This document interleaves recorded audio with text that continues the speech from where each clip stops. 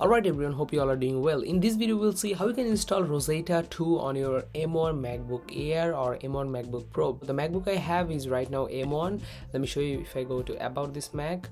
So you see the M1 MacBook Pro I have. So the M1 MacBook Pro or the M1 MacBook Air, whatever you have with the M1 chipset needs Rosetta 2, because you know all the applications available on the market is not yet fully optimized with M1 chipset. That's why you need to install Rosetta 2. Sometime maybe you want to open Photoshop, it's not working properly, or some other applications which are not yet optimized for M1 Mac.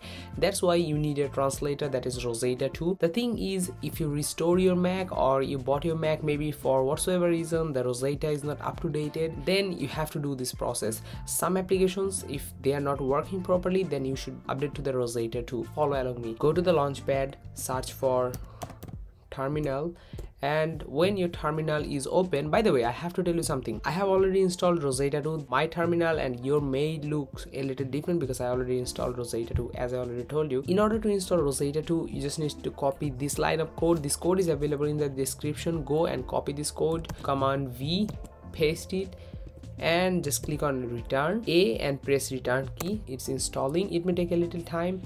And you see, install of Rosetta 2 finished successfully. If your M1 Mac is not having the Rosetta 2, it will install it properly. After that, those applications are not working properly on your Mac should work perfectly fine. I hope this video helps you. If this video helps you, be sure to thumbs up, be sure to do a subscribe so that you can see some other videos next time. That's it.